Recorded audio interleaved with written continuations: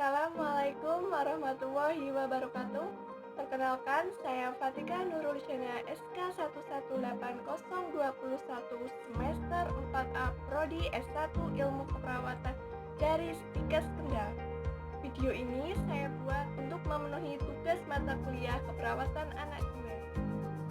Pada video kali ini saya nanti akan mempraktekkan bagaimana cara melakukan terapi bicara yang sangat sederhana yang bisa dilakukan secara mandiri oleh orang tua di luar sana yang memiliki anak dengan speech delay atau dengan keterlambatan bicara dengan menggunakan sikat gigi yang kita bisa temukan di rumah.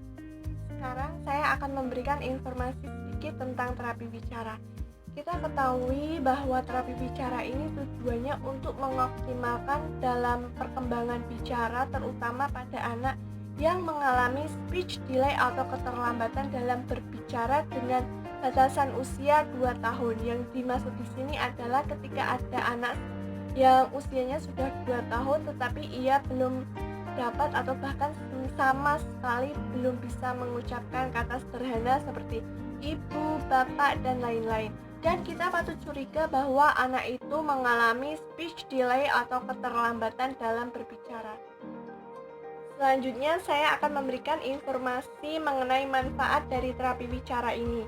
Yang pertama, dapat meningkatkan stimulus pada anak, terutama untuk bahasa ekspresinya yang mampu mengerti tetapi tidak dapat mengucapkannya. Yang kedua, itu dapat meningkatkan keterampilan anak dalam mempergunakan sistem encoding berupa kemampuan untuk mempergunakan organ untuk berbicara, kemudian menggerakkan lengan tangan dan organ lainnya, serta ekspresi wajahnya. Nah, yang ketiga, dalam pengetahuan ini anak diharapkan mampu mengerti dalam mengucapkan seluruh bunyi bahasa dengan baik dan benar, kemudian dapat mengevaluasi cara bicaranya sendiri berdasarkan pengamatan visual, auditori, maupun kinestetik.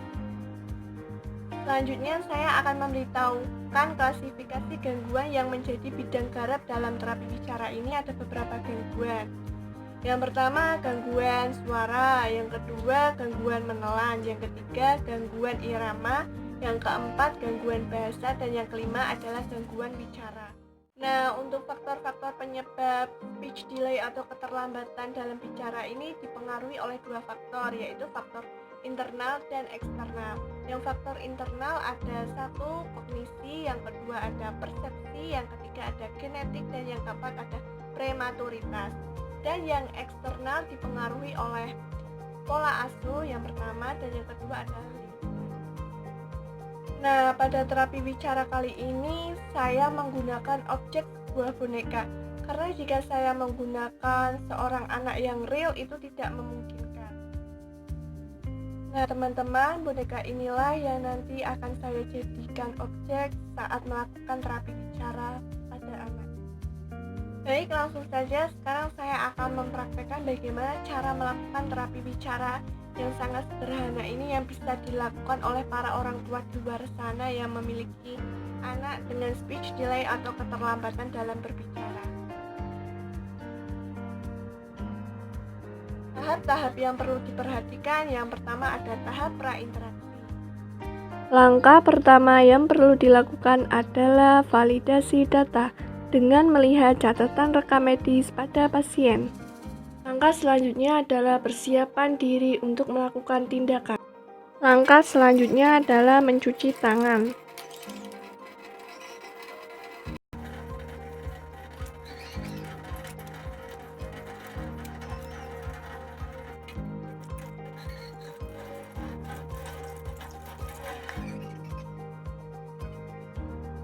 Selanjutnya adalah persiapan alat dan bahan yang dibutuhkan untuk terapi bicara sederhana, yaitu air dingin atau air biasa, kemudian ada 2 sikat gigi sesuai kebutuhan, dan sarung tangan.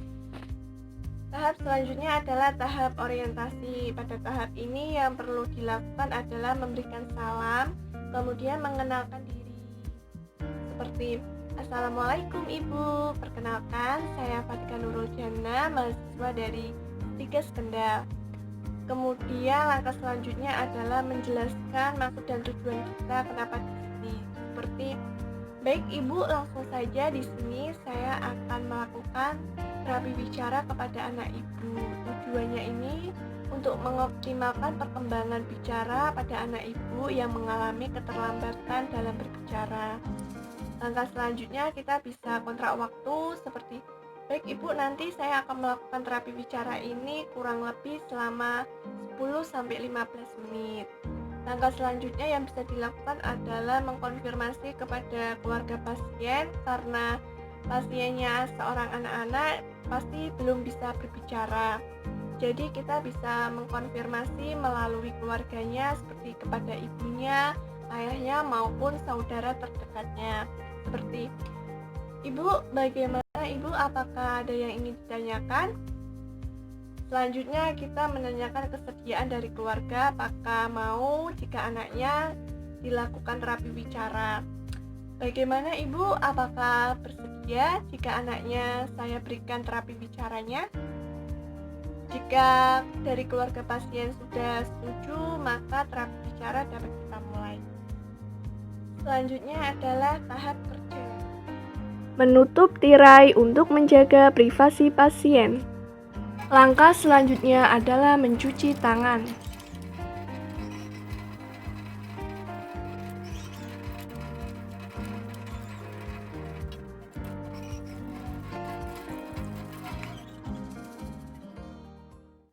Pastikan kedua tangan kita sudah dicuci secara bersih dengan menggunakan 6 langkah cara mencuci tangan dengan baik dan benar. Lalu kita bisa posisikan anak senyaman mungkin agar saat dilakukan terapi bicara anak merasa nyaman dan tidak menangis. Langkah selanjutnya adalah memakai handscoon.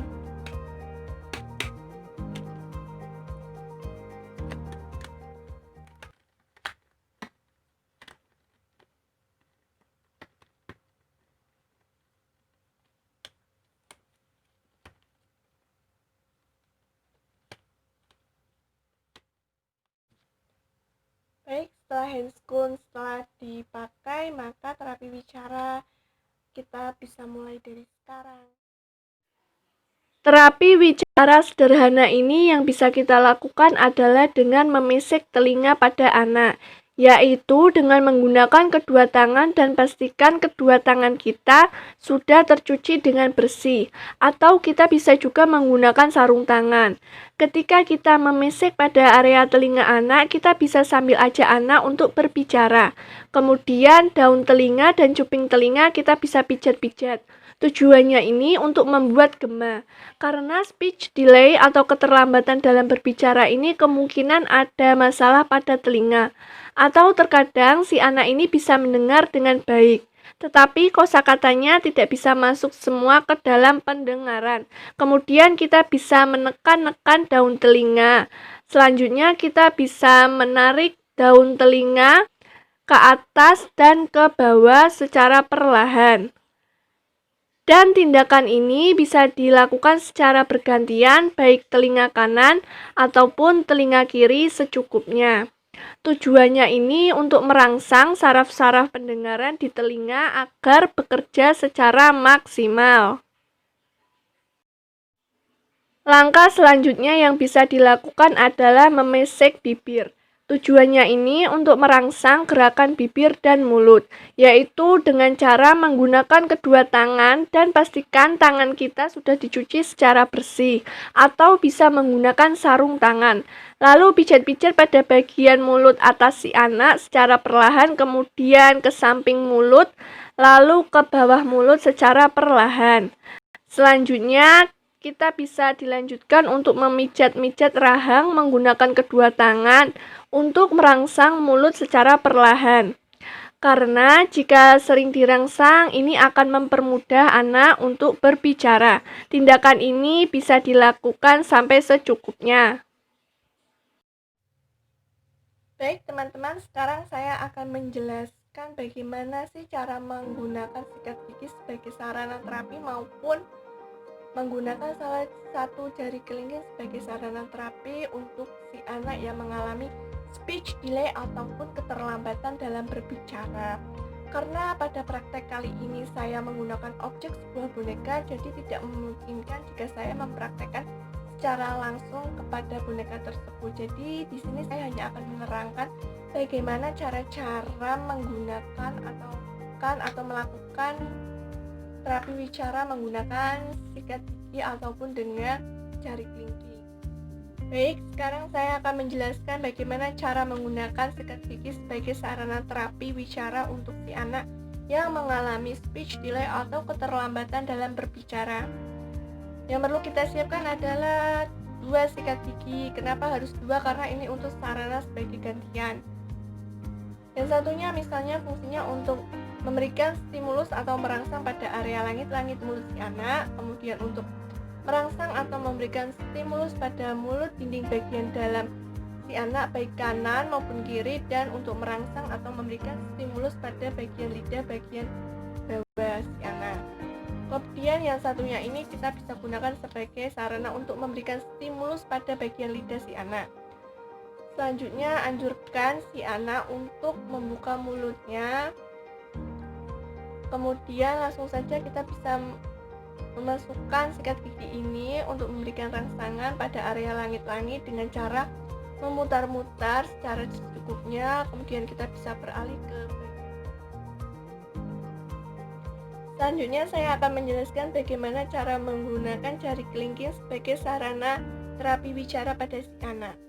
Yang perlu kita lakukan adalah dengan cara membasahi jari kelingking kita dengan air. Ini untuk memberikan sensasi atau rasa dingin ketika kita memasukkan jari kelingking kita ke dalam mulut si anak tersebut. Langkahnya seperti tadi dengan cara menggunakan sikat gigi, cuma medianya menggunakan jari kelingking. Perbedaannya cuma di situ.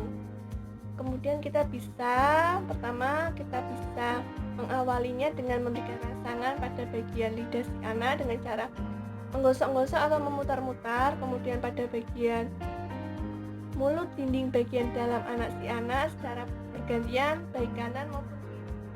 Selanjutnya kita bisa memberikan stimulus atau rangsangan kepada si anak menggunakan jari kelingking ini pada area langit-langit mulut anak secara secukupnya, kemudian pada bagian bawah lidah secara secukupnya juga. Kita sebagai orang tua di luar sana bisa mengulangi kegiatan ini secara mandiri. Tahap selanjutnya adalah tahap terminasi. Pada tahap ini kita bisa mengevaluasi respon dari pasien ataupun keluarga pasien dengan menanyakan setelah kita memberikan terapi bicara kepada anaknya, bagaimana sekarang keadaan anaknya, lebih baik atau bagaimana. Kemudian kita bisa kontrak waktu selanjutnya. Yang dimaksud di sini adalah kita kontrak waktu selanjutnya untuk melakukan terapi bicara ini akan dilakukan lagi pada hari apa, jam berapa, dan tanggal berapa, dan tempatnya di mana. Kemudian langkah selanjutnya adalah menanyakan apakah keluarga pasien ada yang ingin ditanyakan. Selanjutnya kita bisa berterima kasih kepada keluarga pasien atas kerjasamanya yang baik sehingga terapi bicara yang dilakukan kepada anaknya bisa berjalan dengan lancar. Setelah itu kita bisa berpamitan dengan mengucapkan salam. Assalamualaikum Ibu, terima kasih atas kerjasamanya yang baik.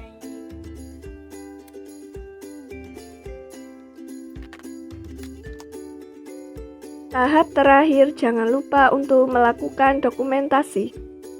Baik, cukup sekian video yang dapat saya sampaikan mengenai terapi bicara pada anak yang sangat sederhana yang bisa dilakukan oleh para orang tua di luar sana yang memiliki anak dengan keterlambatan dalam berbicara, sehingga terapi bicara ini sangatlah mudah untuk dilakukan dan alat-alat dan bahannya pun bisa ditemukan di rumah kalian masing-masing.